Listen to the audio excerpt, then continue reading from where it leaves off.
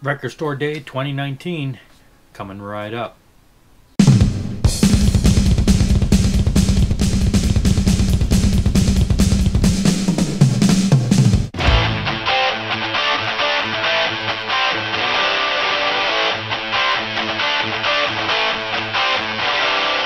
Alright, so here we are, Record Store Day, April 13, 2019.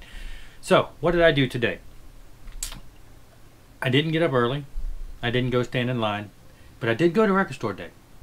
And here is what I got.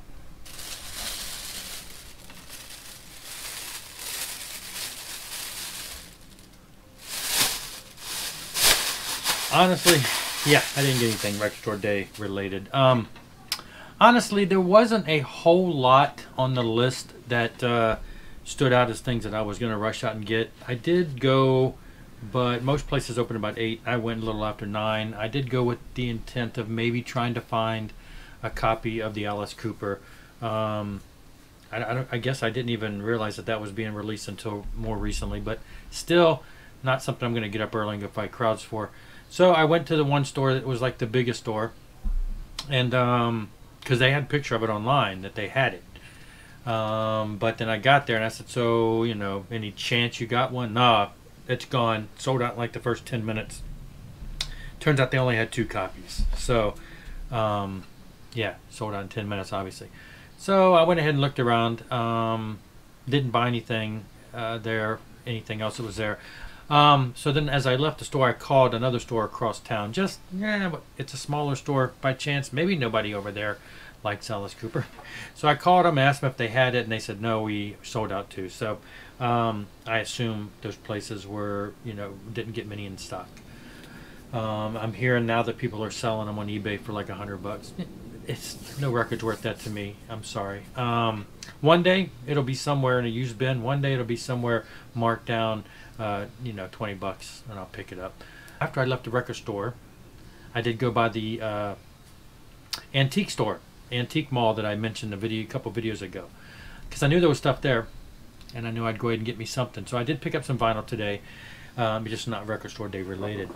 First off, I got a piece in the mail. Got a couple more coming in, but on Facebook, on the you know, Music Asylum, there, CD and Vinyl Asylum on Facebook. Sunday, this past Sunday, was the Super Metal Sunday, and I didn't go nuts. You know, some of those things are pretty pricey. I stuck with things that were like, I think I only got one thing that was anywhere near 20. Everything else was under 10. So I got a couple of things coming in the mail. One thing has arrived, and it was the one that I paid the most money for, and that's the Skull by Trouble. Now this is the recent reissue. It's on really pretty blue vinyl. So it's 180 gram. It's not an original press. Sounds absolutely lovely on vinyl. I love Trouble. Somebody was selling the first album, which was prior to this, or Psalm 9 as they would call it, and they wanted $100 for it. Somebody bought it. I didn't buy it. And there was a copy that went for $24 or $5. I missed that. I would have bought that one. It was a reissue too. So I'm on the lookout for the first album and the third album in particular. Those seem to be the ones you can find the easiest. Run to the Light. And there was one of those on there. $20-something. I'd love to see it a little less, maybe $20 or less. Anyway, that came in the mail. So today I went back to the antique store, because I think I mentioned in the last video that I left a big stack of stuff there. Now the antique store was cool because it just, everything was like $5 to $10, and they had some decent stuff. They had a metal section and everything. I ended up going in there, putting most of the stuff that I had put in my pile last time was still there. And I'm like, do I want to get this? And I had another stack, but I decided to get the one thing that I left behind that was worth having as far as collectibles. All the other things were just things that I have on CD, things that are readily available. You know, the Dawkins and the Sammy Hagars and the stuff like that. So anyway, I did grab the Leather Angel. I had mentioned this in the video that it was there. I kept checking the prices online, and I see that online there, you know, you can get them on Discogs and stuff, but tend to be overseas or whatever. But with shipping, you're paying over $20. The cheapest I could find was over $20. This one was marked down to $20, And it turns out, I didn't know this till I checked out, but it turns out everything was 15% off. So it was actually less than that. Excellent, excellent condition. As far as, the vinyl itself. There was one mark on there that looks like something kind of rusted, but I couldn't feel anything on it. And I got home and immediately needle dropped it right there. And it didn't hear anything. So anyway, this is as you can see, all-female band, Leather Angel. I mentioned last time that they changed their name, and I said their name wrong, and I'm going to say it wrong again. Jaded Lady. What did I say? Lady Jade last time. But they changed their name and released some other demo type music, and at some point somebody put that out on CD, or they released it underground, and so I had a digital copy. I don't know if it's ever been released, but anyway, pretty good. I'm just double checking because Jaded Lady. Gave It All We Got was a compilation they put out. Somebody put out in 2014. But anyway, this was the only thing under Leather Angel. It's an EP. It's pretty good. They were an LA band, I guess, from what I'm reading. So they were in during the big heyday. This was 1983, so we're talking all the big bands are coming out. Now, somebody mentioned, I posted a picture of this online today, and somebody mentioned that they had heard a rumor or something that Nikki Sixx had known these, and actually he had something to do with the logo and stuff. So, rumor, who knows? But it was neat to have, it's just a kind of an independent type pressing. And this is the kind of stuff I love. If I can find a band that, looks like this, said this in my previous video from the antique store. If I can find a band that looks like this, it's from this time period in the 80s, and I don't know much about them. I knew this one because I did have this album when it came out. I got it in early '84. But if I find a band like this and it's on a little no name label, I'm gonna buy it just because I don't know. To me, it's like a gold mine. It's like a piece of history that some little label somewhere put out this record, and it's sitting in a bin and nobody's listened to it. Well, I have this on digital, and it's not like something I listen to a lot, but nostalgic. I had it back in the day. It's one of those albums from the 80s. It's just one of those pieces of history that I really wanted to have.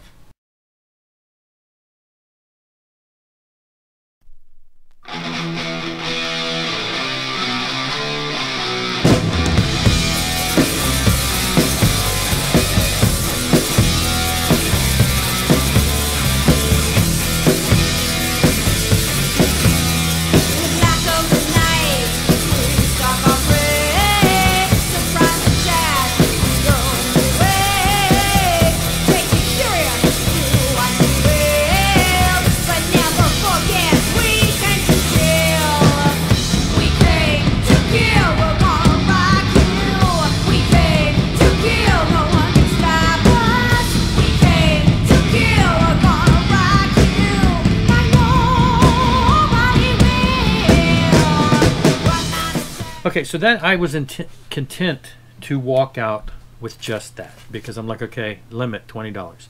I was gonna they had another thing. They had a Jet Boy, their first album. They wanted $12 for it. I really wanted it because I never listened to Jet Boy back in the day. They have a new album that just came out, and I thought, well, this would be cool. It was in really good condition. I looked online, and they don't sell for. I think, like I said, they went at 12. I didn't find one on Discogs for less than 12, so I thought, well, this would be a good buy. But I ended up saying, okay, and I put it back. I said, let's limit it to $20. And then as I'm walking out, this catches my eye. Sparks. Now, what do you say? What do you know about Sparks? I know nothing about Sparks. Somebody showed this. Somebody else in the VC showed this just probably in the past month. I'm almost positive. I know I say this all the time because I can never remember. I watch so many videos by so many people. But I'm almost positive that it was Scott Waters. I don't know what he said about it. Again, same thing with the EXE, the band I mentioned before. You hear these things, you see people, and it just kind of, it goes in your memory. And it's like, if I see that, I don't know why, but pay attention. While I saw it, I don't know why I paid attention. Didn't know much about it. He mentioned it. I think he got it as VCLT or something. So I'm not sure how much he knew about it. But it was only $5. And the guys look cool. And this spider on this guy's neck looks real. And it really freaked me out. So I'm like, they look cool. I mean, come on. That guy's cool, right? Anyway. 1972. I quickly did a Discogs look. And, this is not selling for great money. But it's there. And they have a lot of albums. These guys, these two brothers, have continued on under different names and things like that, but they've released albums all the way up to 2017. But this one looked like it was one of their firsts. This is 1972, but when I read online, it's a reissue of their 1971 album under a different name. So 1972 rolls around. Let's put the album back out, different name. I thought, what the heck? I pulled it out, took a look at the vinyl, and it was in pristine condition. Now, the cover had a little ding there, and on the back had this big white, I can't show it to you because I have to tell you the story, had this big white spotch on the corner, which looked like it had gotten wet and ripped the back cover off. And I thought, whatever, cosmetics. But it still had the shrink wrap on it. It was open, but it had the shrink wrap on it. Then I realized that that white ripping part on the back corner was actually on the shrink wrap. So what had happened is this was in the shrink wrap. It was near some other albums, got some moisture on it, other album ripped off onto that. I got home and I took this shrink wrap off, and the back cover has no, it's got a little ding on the front, but it has no ding on the back. But you can tell when you look at it at a certain angle that it looks like it's got a little bit of moisture there. Doesn't seem to affect the inner sleeve unless I replace it. So anyway, everything is fine. And I pulled the vinyl out and I looked at it, and it was just super clean. I have played it. It does have some pops and cracks, so I need to go ahead and give it a scrubbing because it's probably just got dirt on it. Very quirky, but yet very interesting. It kind of reminds me of some odds and ends you might hear here and there. It sounds a little bit like a Frank Zappa type stuff, just quirkiness. Sparks und Wonder Girl. She was a wonder girl, some girl, girl. She was a wonder girl, some girl, girl. It was a grand old time we had. She was there, and I was pretty glad about that too. Knowing that she knew a thing or two. She was a wonder girl, some girl. She was a wonder to her friends. They wonder that she always started trends. And after all, trends make us contenders in default. Ooh, wonder girl, do me right at this ungodly hour.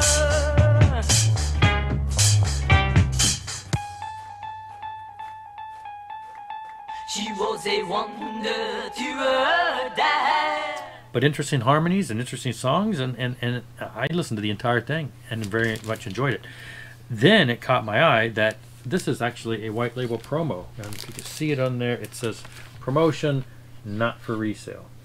So I was like, hey, $5 promotional copy, still in great condition, so I grabbed it. All right, so that was my limit for the day. Then, as I said, my kids had to go to a play tonight, and I had to drop them off. So that brings me back into the neighborhood of the second record store that I called and said, you know, do you have any? And they said no. So I went in there, just the tail end of record store day. It's 5 o'clock and 5:30 or whatever. And I just, you know, they didn't have anything that I wanted, anything new. So I just was flipping through the old bins, and I picked up a couple things. One or two, one I've seen there before, one that was fairly new, but just things to add to the collection. Slade, keep your hands off my power supply. This is the one Slade album that I have been wanting for a long time, and every time I find it, it's in pretty ratty condition. This one's still in the shrink wrap, and the vinyl itself is in very good condition. Got the inner sleeve and everything.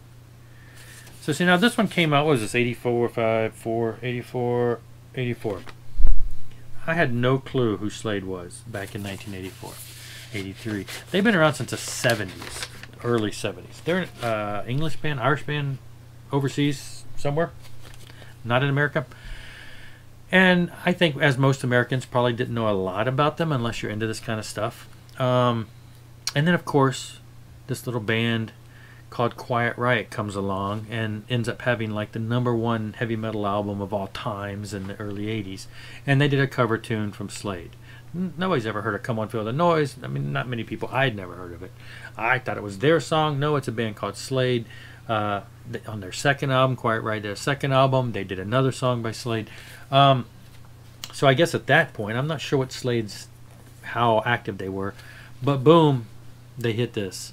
And this comes out in America. So I guess to ride off the popularity of the fact that Quiet Riot brought them back into the mainstream. So this is what we were seeing on MTV. And Run Away, I posted it on my Facebook page the other day because I still love that song. And was surprised. A lot of people was like, oh, I love that song. I don't recall if back in the day I had this album. I don't think I did. Maybe a single or so. So I don't even know if I've even heard all of this album. But love that song. I figured I'm going to get it. It's good. It's still in the shrink wrap. It's got a little tear there, like I said. But not going to complain about that. So I grabbed that. Saw this. This was also at the antique shop. And now I can't recall which one was cheaper. And I went ahead and bought it here because this one was in... the other one was in good condition too. This one seems like it's in really good condition. But I got Power and Passion by Mama's Boys. I'm a big Mama's Boys fan. Irish band, trio, brothers, violins, electric guitars. They did a song. They did Come On Feel the Noise too. And I think that played on MTV back in the day around the time Quiet Riot did.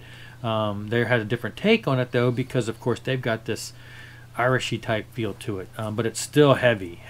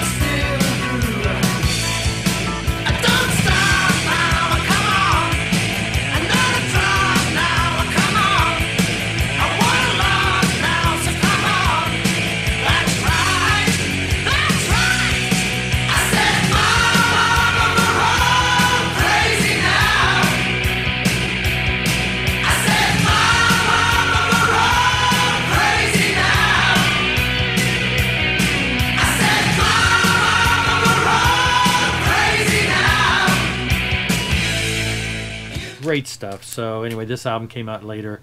I have all their stuff on CD. Didn't like the stuff after they did one album after this, which was really good, and then one after that, which they changed singers, got new members, went all commercial and pop. Not the same band, not very good. I believe they're still playing music, but now they're playing like Celtic music under a different name. But this is one of their really good albums. They've got 2 or 3 in this time frame, which I would like to get. And this is one of them. So I was glad to get this. And, you know, when I pulled it out, I'm like, wow, has it ever been played? It's on the Jive label. It is just so shiny and new. I thought I'm going to go ahead and pay the extra $1 or $2. If it was cheaper at the antique store, I paid maybe $1 or $2 more. They have new bins where they're like new used stuff. They come in, so I'm able to go in there every couple of weeks and kind of, rather than going through the whole store, they got the new stuff.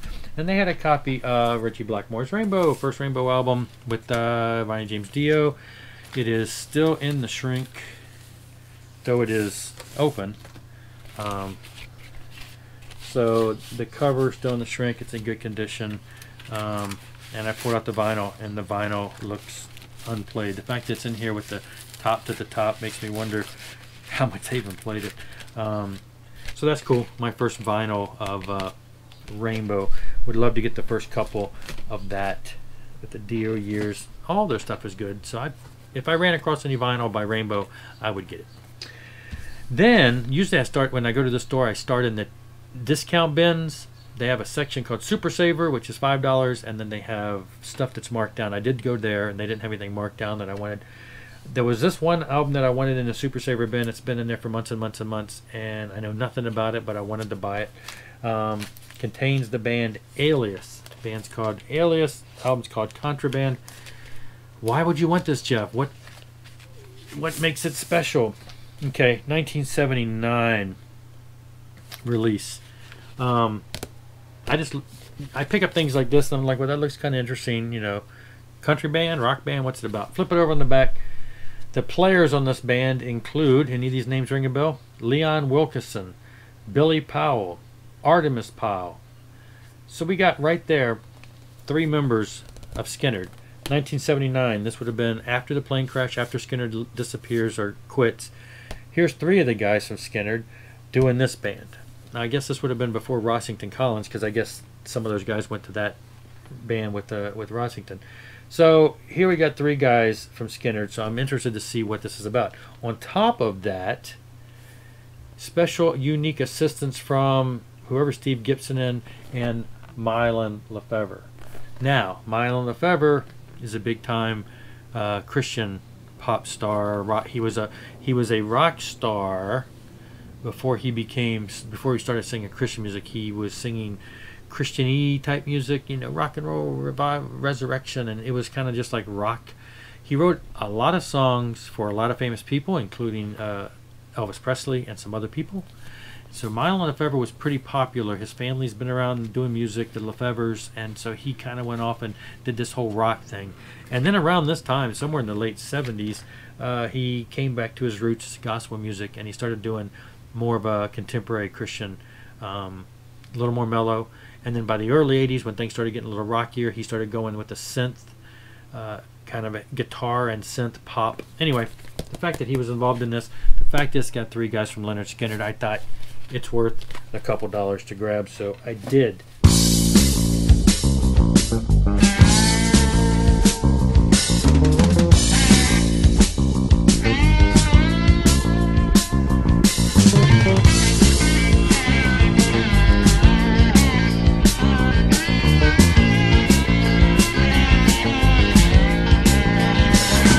When I see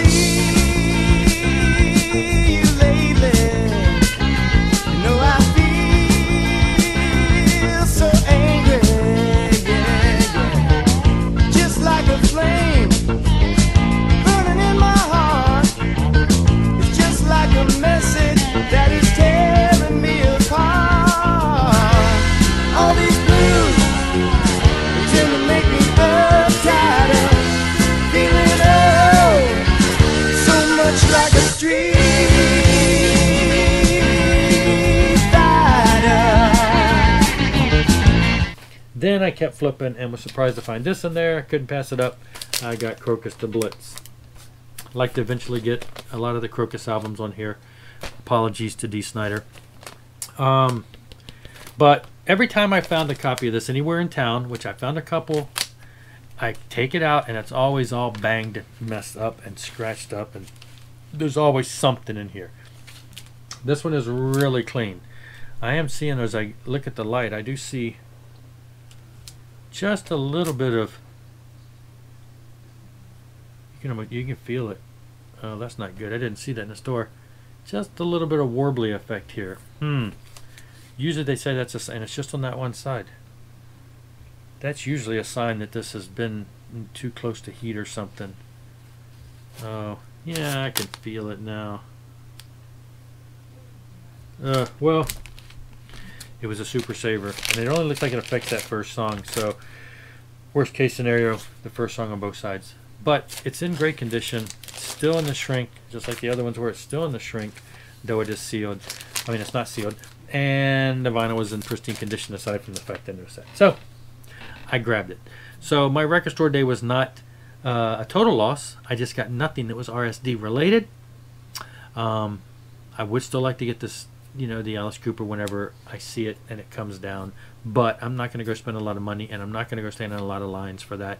It's just not worth that much to me. So I had fun today. It was raining around here, so wasn't a whole lot to do, but had a little fun, went shopping, grabbed some stuff, and shared it with you. So thanks for watching. Keep on rocking. Later.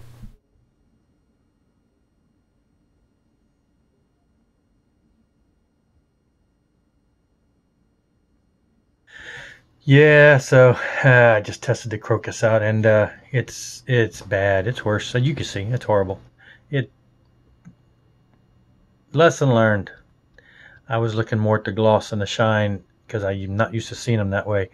but I didn't even pay attention. It's really warped. Anyway, whatever. Something else I forgot to mention though.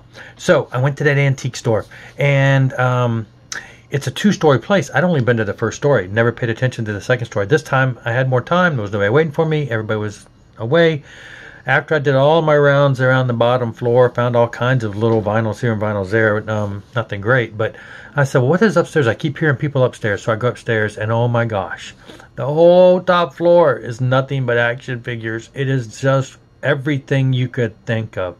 Superheroes, space, Star Wars, horror flicks, just anything that has an action figure, dolls, the expensive stuff, the little stuff. I had a couple videos. Just like one area I was in, I took 2 or 3 shots. Tons of Marvel stuff, which is the kind of stuff I usually collect. But I didn't buy anything.